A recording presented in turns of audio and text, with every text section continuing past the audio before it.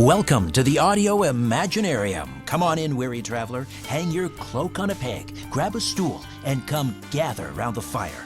There are stories to be told, and you are among friends. Owen Wolf is our technical producer. Ryan White is the live stream producer. However, there is no live stream tonight. The audio from this radio transmission will be available on our YouTube channel, Strange Planet, in a few short days. Rosemary Ellen Guiley, our resident paranormal investigator, researcher, best-selling author of over 70 books, will be here in hour 2. She's compiled and edited a brand new book, a collection of articles from Fate magazine, and it's called Fate Presents Planet Bigfoot. And she'll also complete a list that she started last month on America's most haunted locations. She has 3 more must-see places for our paranormal road trip. This hour, Sloan Bella is here to talk about satanic influences in Hollywood, where she lives and works as a psychic medium and astrologer to the stars. Sloan has always been connected to the other side, and one of the most unusual connections was her mediumship communication with the late Jimi Hendrix, who guided her and aided her work on the streets of Toronto and Hollywood as a street psychic, with intuitive guidance to runaway and sexually exploited children. To this day, Sloan is still reading for people from every walk of life and for Rock and Roll Hall of Fame musicians who've relied on her medical intuitiveness along with intuitive guidance in every area of their lives. Sloan is a published author and former newspaper stringer writer on metaphysics. Sloan Bella, welcome back to The Conspiracy Show. How are you? I'm good, Richard. How are you? I'm busy, but I'm a good busy. So you're out there in Hollywood. Yes. You and I have talked about this on my podcast, not on the radio show. And I wanted to revisit this with you because I talked to Roseanne Barr once on the program about mind control in Hollywood, and she kind of had to be careful. I sensed that she was kind of skating around it very gingerly, but not so with you when we talked. I mean, you just flat out said it. You know, you talked about the satanic cults and the Illuminati in Hollywood. I mean, you've seen it, right? Yeah, no, I've seen it, and it's actually, the veil is lifting. I call it the veil. There's a perception in the world that we live in about how the world is, and we all have it. We're going to have kids. We're going to get married. We'll fall in love. We'll go to school. We'll go to college. You know, we'll have a nice family, a dog and car and a house kind of thing.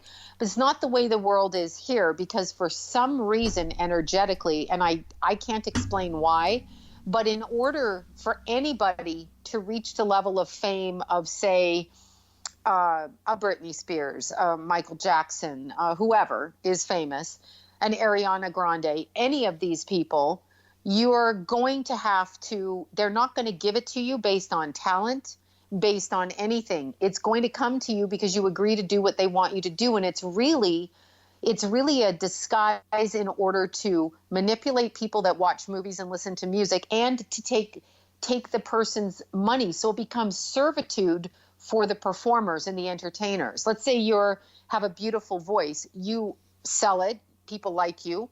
You're an opera singer, let's say, so you have a really finely trained voice. They actually believe that they own your voice and you as the vehicle. And if you don't fall in line, then you're basically removed from being able to do what you were born to do. So it's a spiritual war underneath on top of it.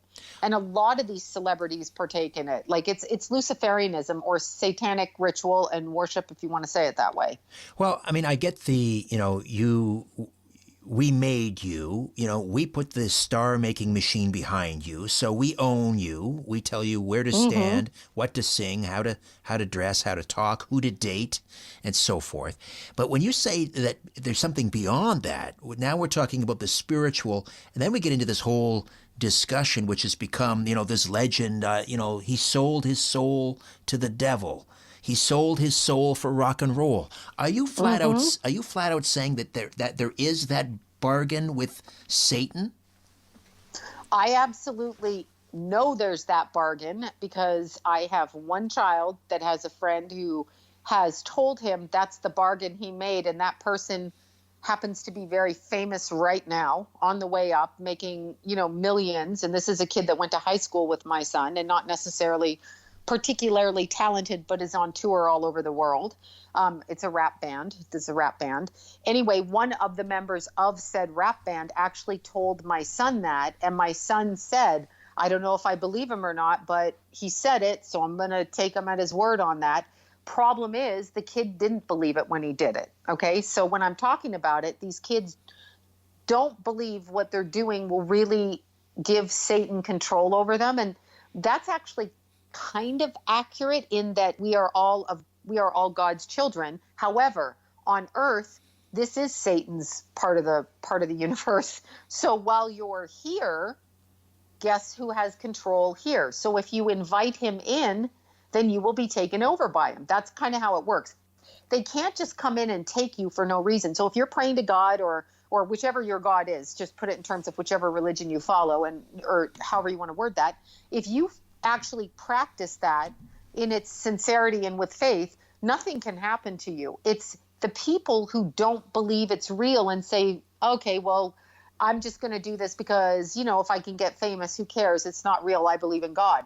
Then suddenly they find themselves on the other end where they owe. And I think Roseanne Barr, I believe you mentioned Roseanne Barr, that's why I just went to her. I believe she just did an interview where she said in high school, she made a pact with the devil to be famous. And look what's happened to her. I mean, I'm not saying she does not have to go to hell. That's not what I mean. I just mean that came out of her mouth. So somewhere along the line, she believed that that's what she needed to do to get where she needed to get. And she actually took action towards making that happen. So once you invite that in, you invite that in. And then you've got Justin Bieber. I don't know if I mentioned this last time, when he went bananas and stopped singing and got depressed and went to the church and all of that, he basically said, now they've scrubbed the internet pretty clean, but he basically said they wanted me, the music record executives wanted me to partake in the ritualistic abuse, sexually and otherwise, of a small child. And he basically had a nervous breakdown. He's not been right since, right? He said that in an interview?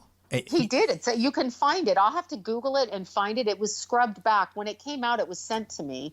Yeah, that's what he said in an interview. He said it in a discussion, and then he gave up touring. He's like, I'm not going to tour anymore. And then suddenly he married Haley Baldwin. Now, they're probably his handlers, the Baldwin family. He went to the church, that church he went to down here. It was all in the media. And now he's seen crying and depressed all over the place because he's having a malfunction, because he actually realized what he's involved in. But he did say it.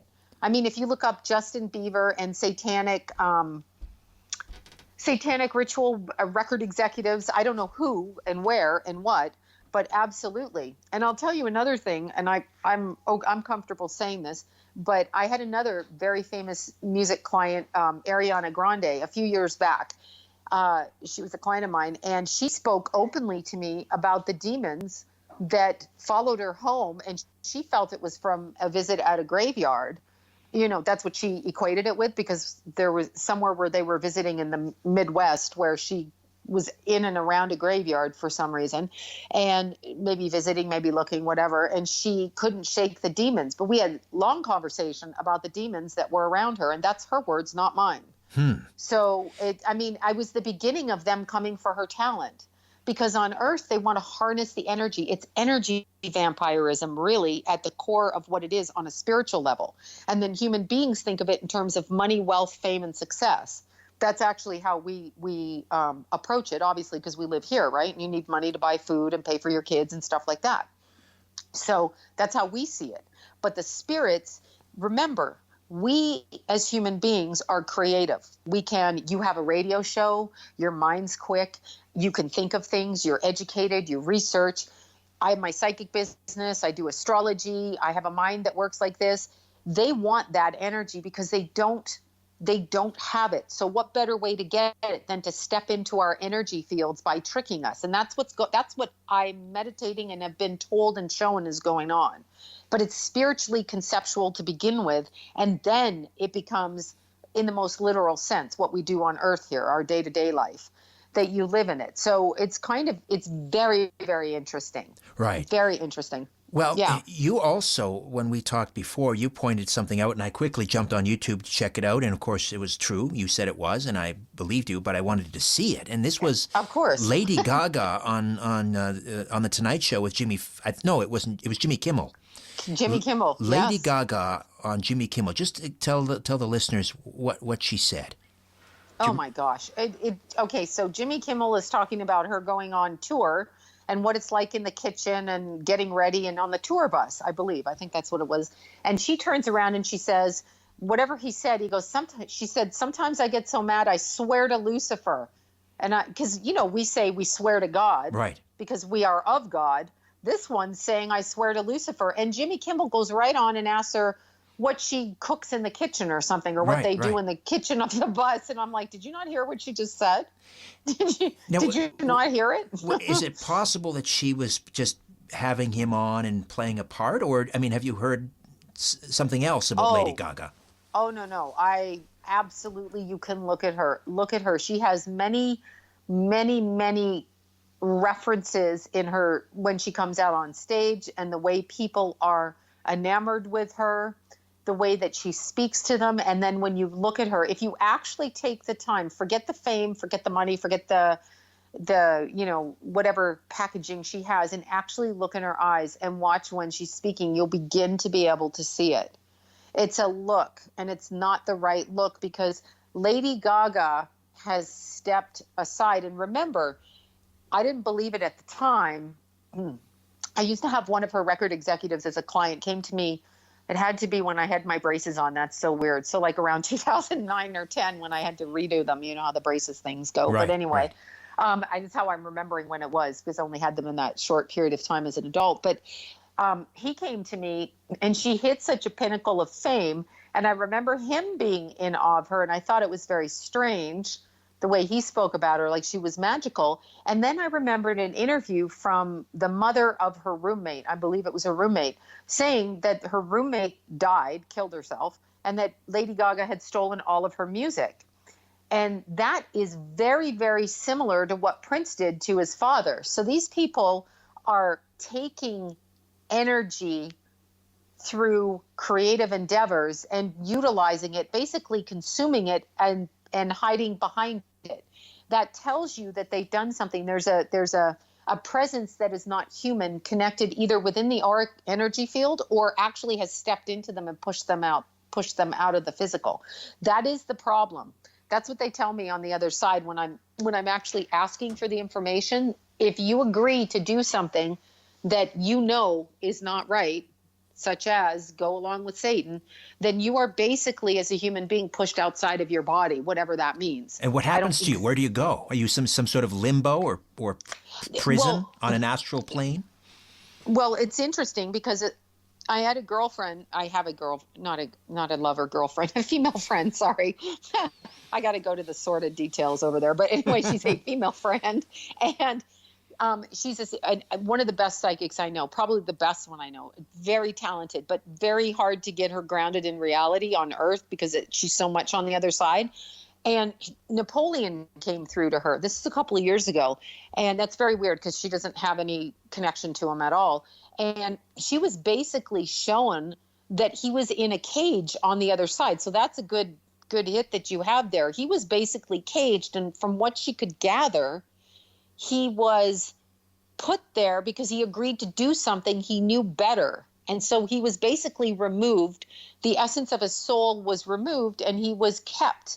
Now, I don't know who's keeping him there. I don't know if it's the God force that keeps him there or if it's actually, the demon energy or the negative energy or the alien energy that took him out of his body.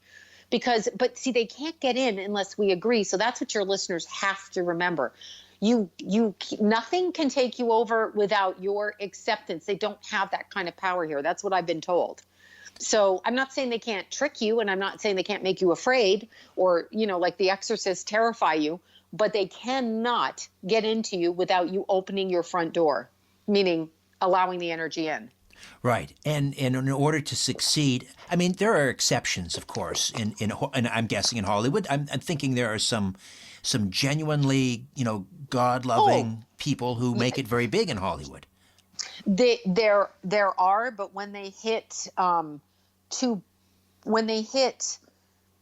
I don't know what you consider successful. I mean, they could be millionaires, but there's another level. Like what Justin Bieber had said is that, you know how famous he was, right? Yes. Or is, or whatever. Like he's multimillionaire many times over.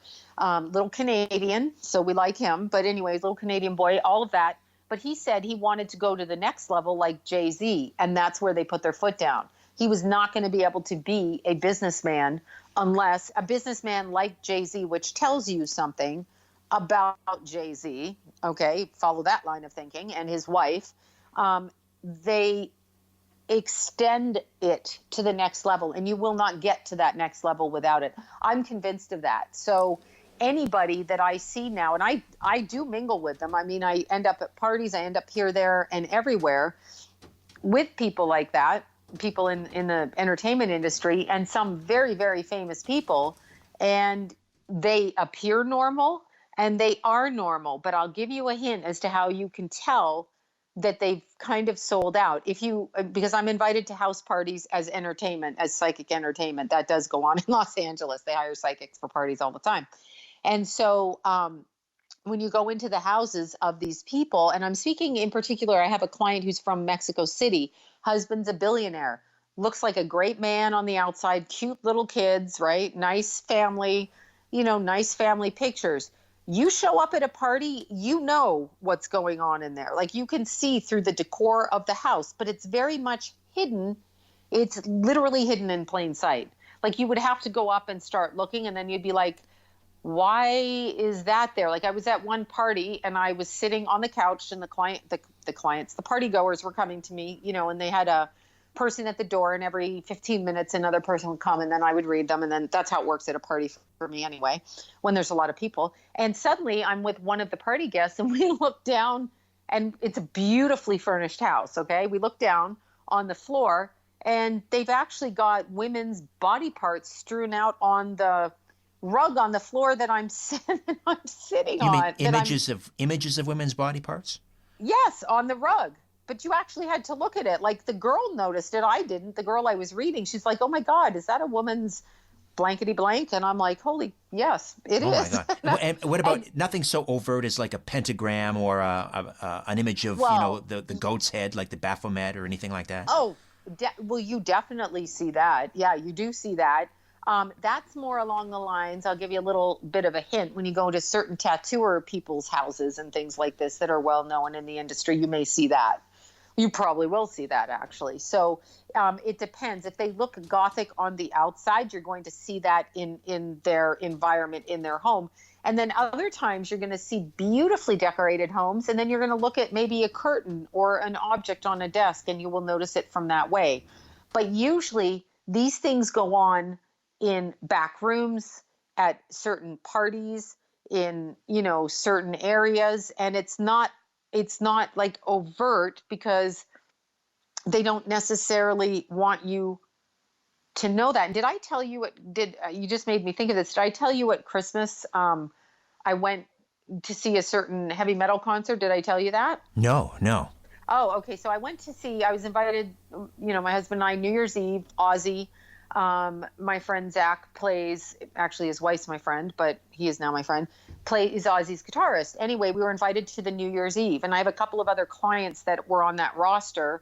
One of them was Korn, the lead singer. His wife passed away, and so some of his family members were clients, and he was the first band to open. And then there was, Ozzy comes on obviously at midnight, right? But the lead singer of Korn, the mother of his kids was found murdered, and that's how I became acquainted with that family, through a mutual friend of ours, acquaintance. The same girl that introduced me to Anna Nicole Smith, actually, she's a very well-known hairdresser in town. Anyway, that's how I became acquainted with the family over there, and she ended up passed away this past summer. His kid's mom, he wasn't with her, but the kid's mom was. Anyway, he was the band opener, and there were several bands in between when Ozzy went on, and I happened to watch, because I've never watched Marilyn Manson. Now, I know the shtick that he does where he says he's a Satanist.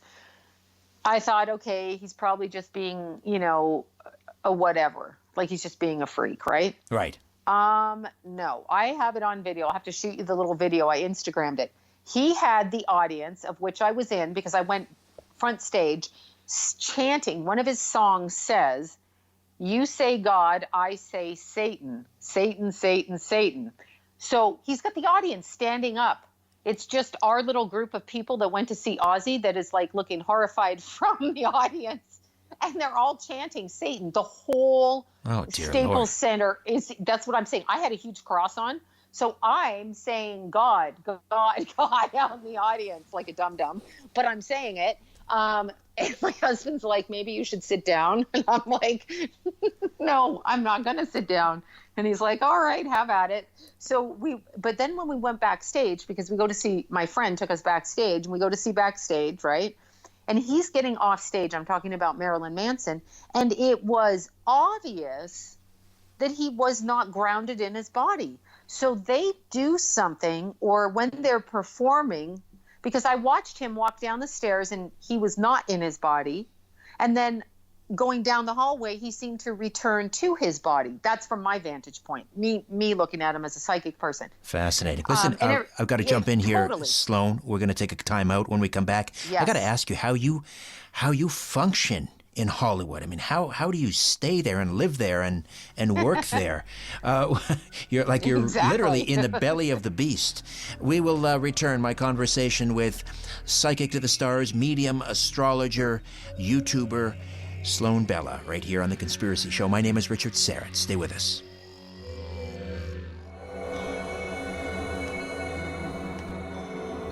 So, when last we spoke with Sloan Bella, she was backstage at an Ozzy Osbourne concert, and Marilyn Manson was leading those assembled at the Staples Center.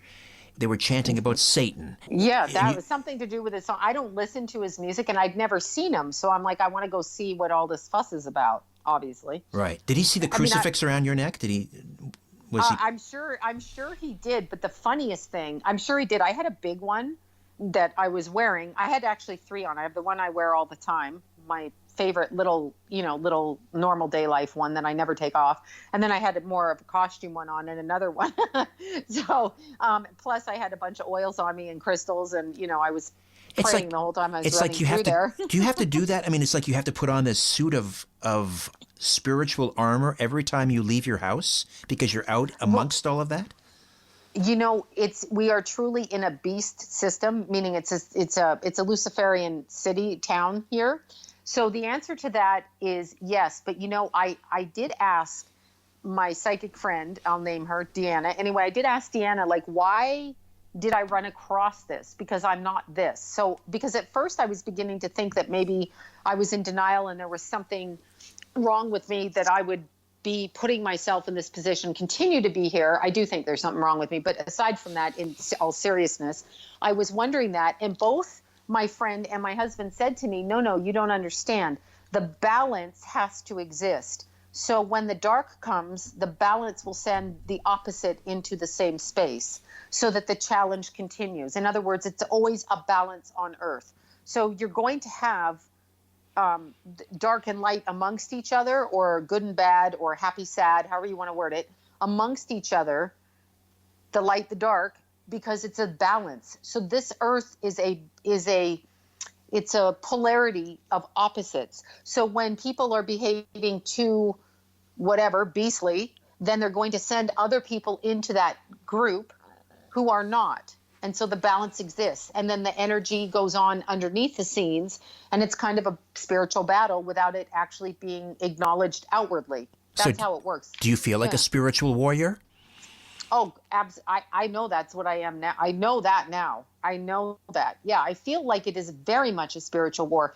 You have children. Mm-hmm. When you send your children to school and, they come home or they hit, puberty, and they start telling you everybody smokes pot, everybody does drugs, everybody does this.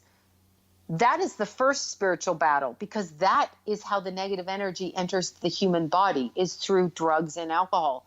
As soon as they legalize all that, people are insane. You got to ask yourself why, because it's an easy doorway in. You don't have any filter anymore. So that's the first war that all parents fight for the protection of their children, is to encourage them not to do that. Most parents lose for some point in time, and then most people will come out of it.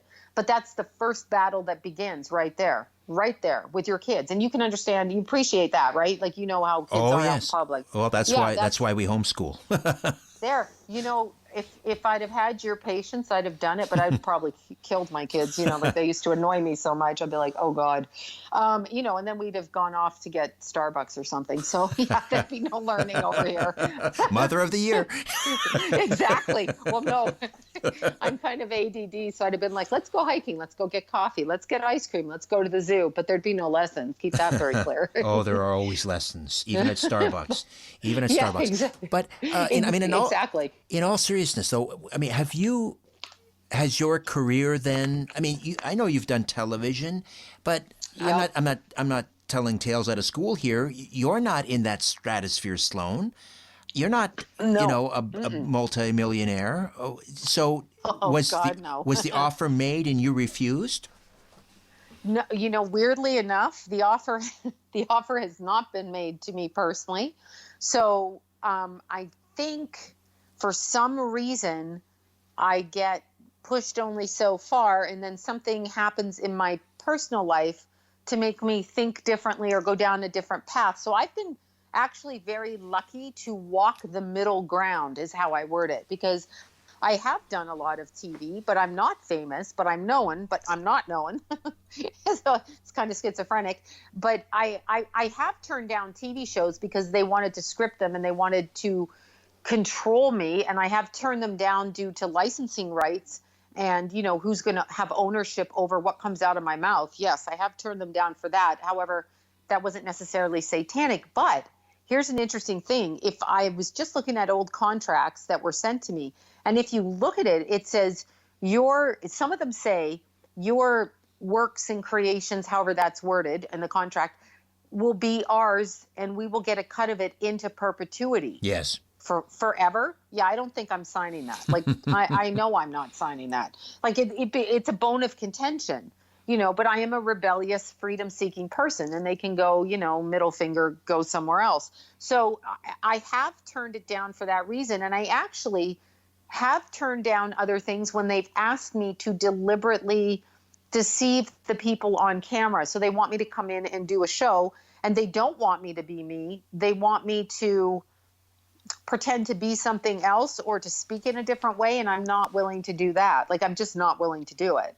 So it's either stubbornness or stupidity or whatever, but I've managed to kind of walk the middle ground and maintain friendships or acquaintanceships with people on both sides without feeling pulled to do either or, and I'm treated pretty well. So meaning I'm no one's tried to actually come here and kill me or run me over or anything like that. So it goes pretty well, and they can't hurt you if you don't agree. I guess they could technically, but they're not going to bother because you haven't even agreed to do it. But I see what's going on, and a lot of them know that I see. And if I'm in a public setting, I tend to just step back and observe.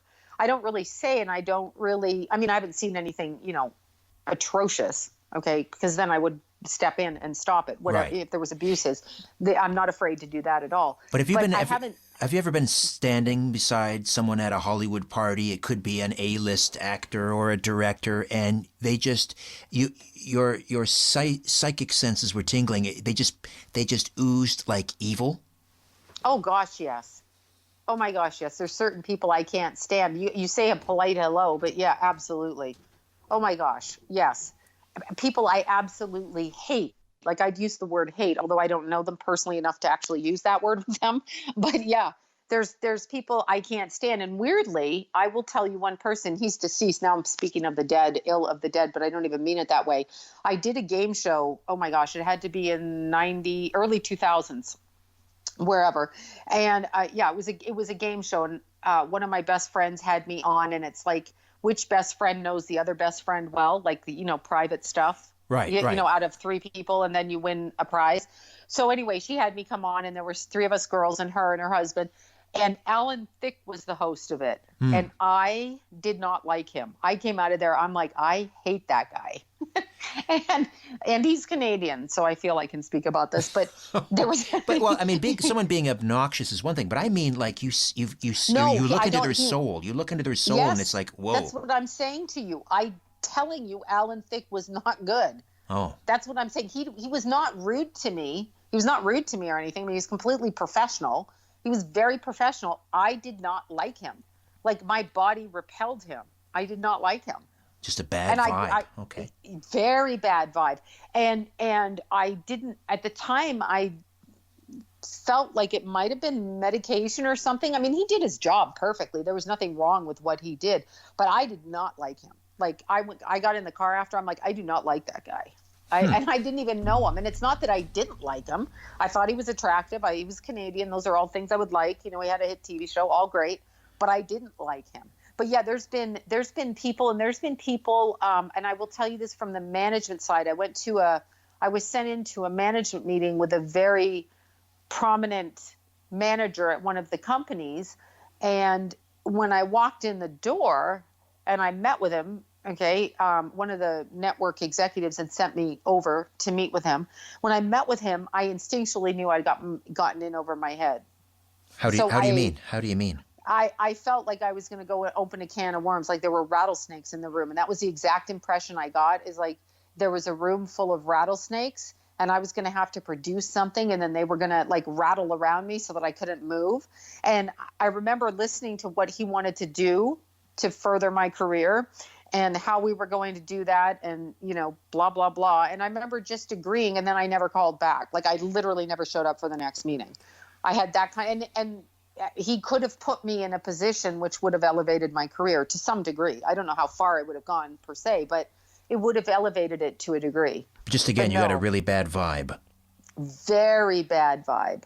Very, very bad vibe. Like, I was like, I'm in a den of rattlesnakes. That's exactly what went through like when I walked in his office, I saw snakes. I saw myself in the desert with rattlesnakes around my feet with their little rattles hissing at me. Like watch it, you're going to get bit. That's exactly what went through my head. Well, you got to listen to those voices, and I'm sure, yes. You know, you grew up on the street in Toronto, and I'm sure that inner voice saved your life on occasion. On a lot of occasions, I'll bet. We're going to take a time out. When we come back. I want to talk about your very successful YouTube channel and find out how people can find that YouTube channel. And then I also want to talk about some of the people that you've been channeling lately, including Chris Cornell and Chester Bennington and some others. We'll do that when we come back. Sloan Bella, my guest, right here on The Conspiracy Show. Don't go away.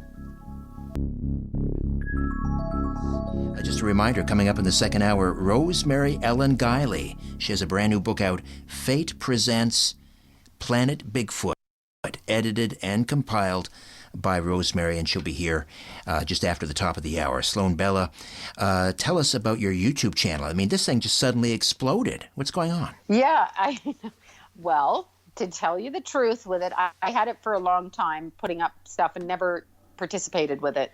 So there was like an old Montel video or whatever up there, and I never paid any attention. And then just prior to Christmas, probably maybe November, December, Princess Diana popped into my head, and I thought, I think I'm going to do a channeling video on her. I'm not a royal watcher. I don't really care, but she popped into my head, and for like 4 days I was obsessed with it. So I put it up, and then people started watching.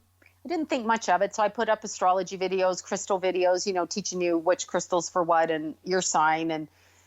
And in January, I woke up one morning and I literally heard in my head, you need to start talking about the kids, okay? Kids in society, what's happening to kids. And so I thought, well, I'm going to start channeling these people. And it turns out the people that I'm channeling are all connected to the kid thing. And so the only thing I can think of is the other side is helping people along with a message that they want out there, which is about the kids. That's all I can think of. Okay, so when you say the kid thing, you're talking about, let's say it, pedophile rings, right? Pedophile rings, satanic pedophile rings, child trafficking, that these celebrity people that have been murdered, actually, that's through the channeling. Can I prove it? No. However, a lot of people are in agreement with it, so it's not just me being a kook. But yeah, it's happening through that. It's happening in such a broad sense, and I became just obsessed with finding out who is orchestrating this. So many people are connected through a thread of commonality connected to people and children that are missing. But what I understood from it, and it was the Madeline McCann? I can never say her name right. Madeline McCann that went missing, the little girl in Portugal. Oh, yes. When I channeled her, now I did it very differently because there's a lot of information on her, and I didn't necessarily want to intrude, because if I'm wrong, I'm doing damage to a family, so to speak, and that's rude. That's not right either. But I took like a week time frame, and I went running, and I asked her to come through, or to show me something, or somebody to show me something. And I kind of just gathered the information that I got over a week's time frame. And what she showed me is she was actually bred. So her parents made her, or had her, or created her, not just out of sex or love or marriage or any of that, but actually in order to further themselves in their quote religion. And they basically gave their child away. Like, she showed me what happened with that, and that it wasn't that it's not that uncommon. Like, very strange. But what she is, and I will tell your listeners this, which was really interesting to know, because I felt actually sick to my stomach what she described to me as best as I could describe it on my video. Okay, so I tried the best I could to understand it, and I can get things wrong. So psychics are not 100%. We can interpret things incorrectly, etc. But what I did get, which was really interesting, is she showed me how she's crossing her job now, and she is deceased, is to cross other little kids over that have experienced the same fate as her. So she's basically protecting the souls on the other side till they can go where it is they're going. So they meet, she's actually crossing them over. Like, as they are in the middle of being tormented on earth, she's helping them in a spiritual sense cross over and protecting them as they go on their journey. Right. That's what she showed me. It was really interesting, because I wouldn't have thought that about her, but that's what she showed me. You mentioned several singers that you had channeled, yes, that were all investigating these pedophile rings, all ended up dead, but supposedly by their own hand. And I'm talking about Chris Cornell and Chester Bennington from Lincoln Park. And and Mac Miller. They all died sort of very close together, all supposedly, well, one was a drug overdose, one was, I think the other two were suicides. But you're saying they were, you believe they were all murdered. Oh, Chester is on point with that. I, of course, literally did get a call from a friend of Chris Cornell's probably 2 days after he died, and asked me what happened. The first word out of my mouth was pedophile, and I had no idea why I said that. Okay. At first I thought I was saying it as in he was a pedophile. Like, it horrified me that I actually said that out of my mouth. I had no idea why I said it. Long story short, I became obsessed with it. So I started to just focus on it. Chris carries a lot of shame with him. So there are certain elements of Chris's personality that are more cloaked in shame. But he literally told me, and this, I put it on a video. I put it out there. Just hold on. We'll do a cliffhanger here. We're gonna pick up on this on the other side. Cliffhanger. All right. Back with more in a moment.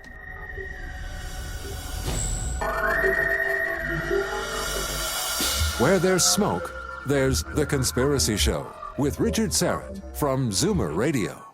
We're back with Sloan Bella. We were talking about you were channeling the late Chris Cornell, and a friend came to you to ask what happened. Supposedly, this was a suicide, right? Right. Well, that's what they said. Sure. They said he, killed himself. Like, he sent his bandmates on to the next tour city.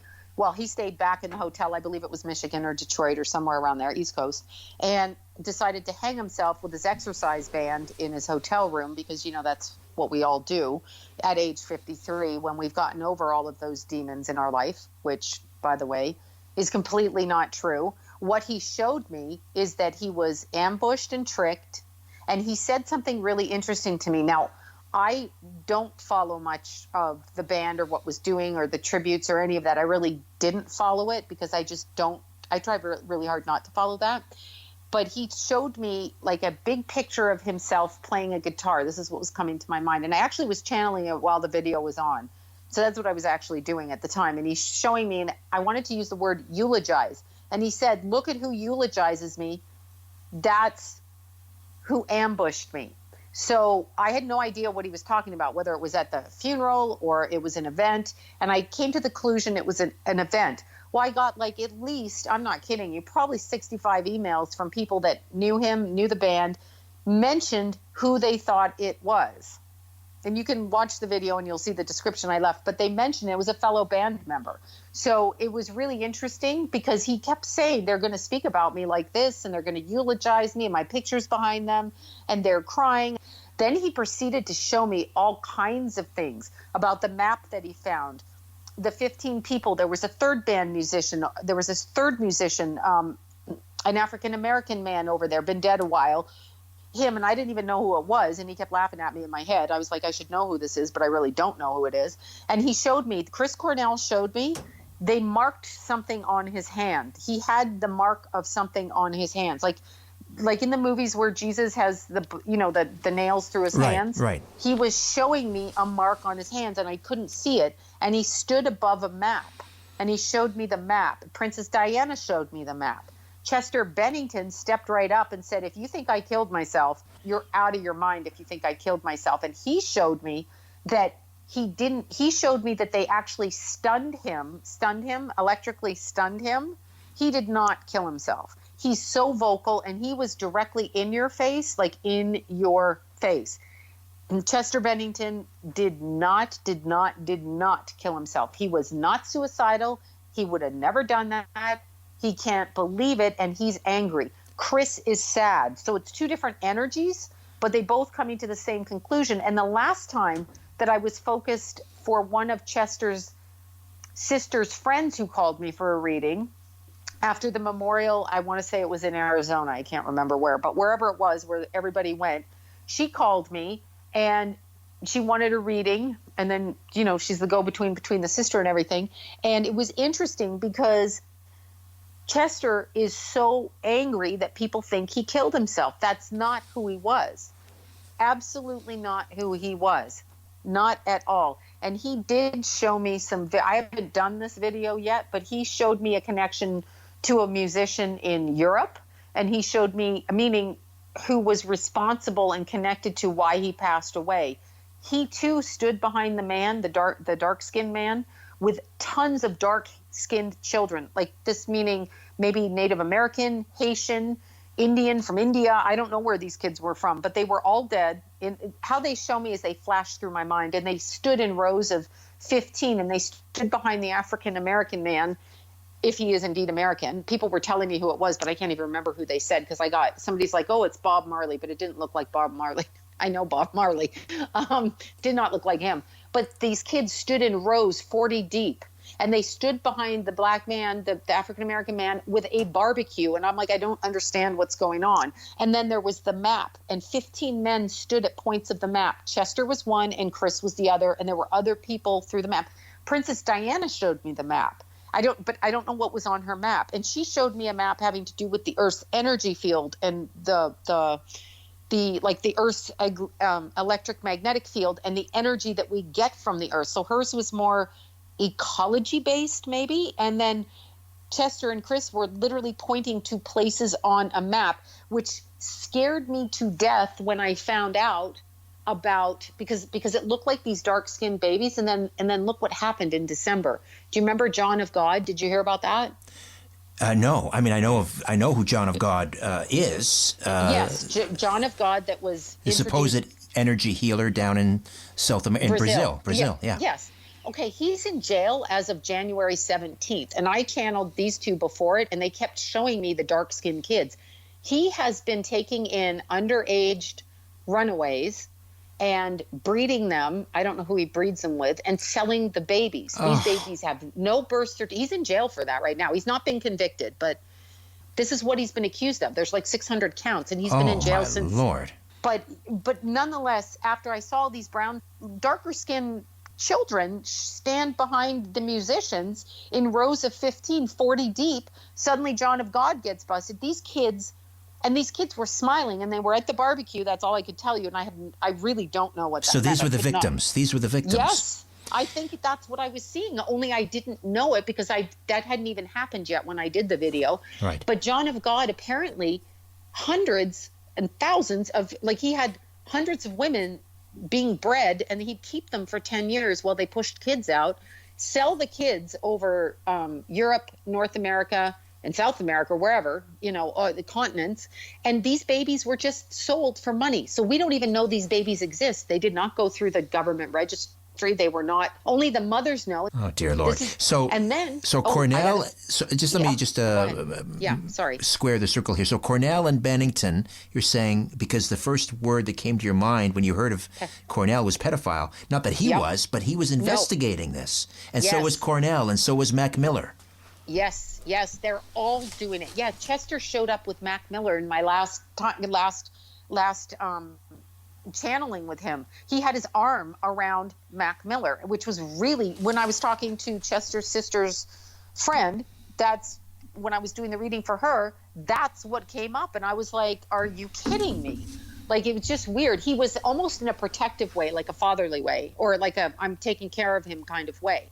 Now, it's interesting because Mac Miller, I think, could have been given a hot shot of drugs. I'm going to go that way with him. I think they probably did give him a hot shot. So I think that there was more than one reason people wanted him dead, not just people who he could turn in for pedophilia. But keep in mind, look at the history of music. Look at Jerry Lee Lewis and his cousin. Look at Elvis and 14-year-old Priscilla. Somehow it's ingrained in certain people that this is what they do. And in Hollywood and in the music industry, they believe, because again, I believe it to be old, like Babylonian worship, God, everybody's their own God kind of thing. But they believe that they get power through these certain ritualistic acts. Satanic does the same thing. It's through abuse of children, through sexual abuse of children. Look at little Britney Spears right now. I'm telling you, that girl's going to end up dead, and they're going to say she killed herself, and I'm going to tell you she didn't kill herself. You heard that here. She did not kill herself when it comes up, because she's not falling in line now for being brain controlled. She had that breakdown. She had a breakdown earlier, and that was because she tried to get off the farm, you're saying, basically. Basically, that's right. She's turning. And Britney Spears said wrote in an article, spoke in an article, somebody wrote about her, that she didn't want the devil or Satan to get her children, and that she was reading them the Bible every night so that she hoped she would go to God and be forgiven for what she's done. Those were her words, and I'm going to find that article. So she was afraid that her children were going to be hurt because of her choices. That's actually what she was saying. So she was reading, and then suddenly she's whisked off to a mental hospital. Look at Amanda Baines. Look at that. Same thing. I mean, same thing. These kids are brutalized in their homes growing up because that is part of the ritual. You brutalize. That's what you do to gain your power, and then you control them. It's a very dark place, it's Sloan. Very dark. You need to be very, very, very careful. How do people get a hold of you? Oh my gosh, you can go to sloanbella.com, or you can go to Sloan Bella on the YouTube channel. I mean, you can go through there, but my website, sloanbella.com, and thank you for asking. Okay, Sloan, thank you so much. We'll talk again soon. Thanks, Richard. Thank you. Bye. Bye-bye. Rosemary Ellen Guiley and Planet Bigfoot, when the Conspiracy Show continues.